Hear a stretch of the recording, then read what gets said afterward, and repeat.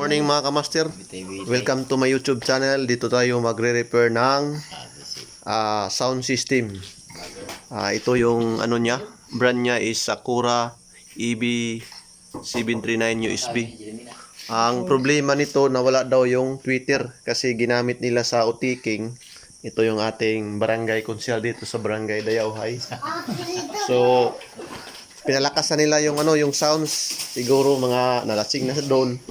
Nasira daw yung tweeter ito sa loob. So ito yung i-repair namin ngayon. Yan, sundan nyo lang yung video kung paano mag palit ng tweeter. Yan, let's get started mga kamaster.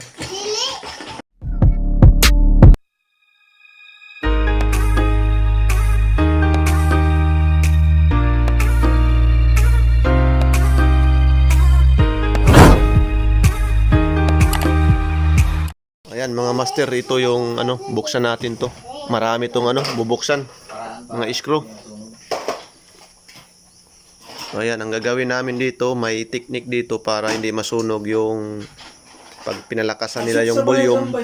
Ito yung master, yung forma niya nung kinuha natin ang cover. So ito yung tatanggalin natin yung tweeter. Yan.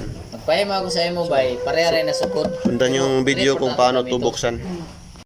Yan mga master, kunan lang natin. Dalawa to na sira. Ito yung pangalawa.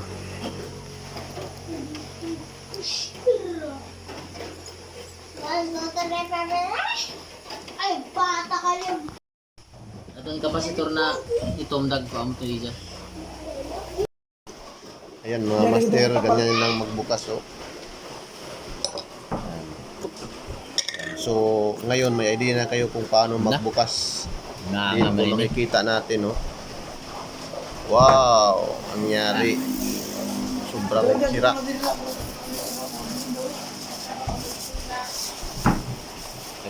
Paano mag-tester ng sa tweeter sa coil? So tayo sa resistance na times 1.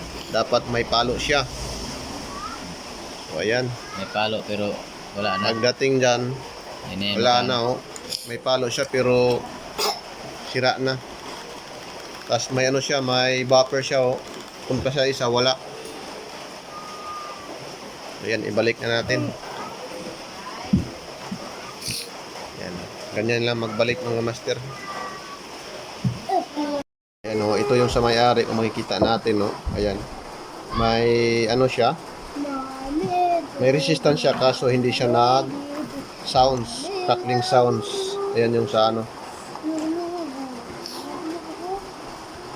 Pero yan talaga yung putol, pero yung isa yan, putol yan. Yung isa hindi putol pero kung makikita natin mga sira na yung mga ito. Bago mo sa resistant. Ayan. Tapos yung bago ito, tester natin. Yan ang ipalit, bali dalawa. Ayan yung anak ng ating konsyal. Ayan, ganyan lang maglagay. Ayan, dapat may crackling sounds. Ayan o. Tapos maulan pa ngayon dito mga master. Mga master, sundan nyo lang yung video. Ganito yung diskarte para magtagal yung tweeter. Lalagyan natin ng 5 watts 10 ohms. Then capacitor 1.5 microfarad. Yan yung diskarte para magtagal. Sundan nyo lang yung video mamaya kung paano to i-connect. Yan, buksan mo natin yung speaker kasi nandito yung head. Ayun. Doon tayo mag-modify. Ayan mga master, dito tayo magpapalit. Tupuinto matagbutan. Ayan mga master, dyan tayo magpapalit ng kapasitor. Ang nakalagay na kapasitor dyan is 3.3 UF microfarad. So ito yung original niya,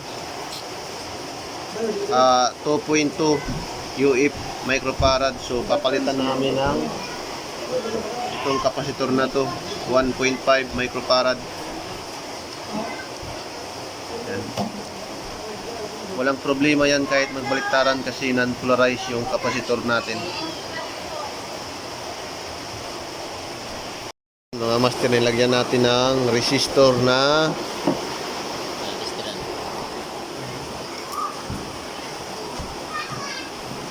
yan, 5 watts, 10 ohms.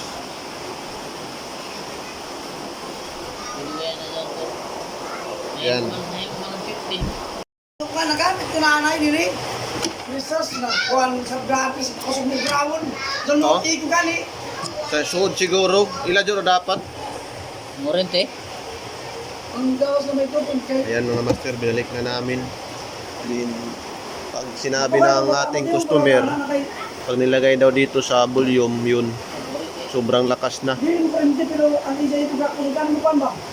Sobrang lakas na. Oo, magtingog tas gamay-gamay ro. Ang na dun. Adjustment daw. Oh, Adjustment. diri sa Mga kamaster, tapos na. Para ko ba? Ayan, no? Kaya ko ba kung kunan ba Yung resistor nilagay natin sa negative sign ng tweeter. Yung papunta doon. Tapos Pangalawa na to. Pila na ba din kulinan ko ambay? ika pero ko ini. Ayan mga master, testing na natin to. Ben, Ano ba yan adjustment? Ben. Para sa ko lang Ben. Namin master, oh, yung mga wire sumubra, oh.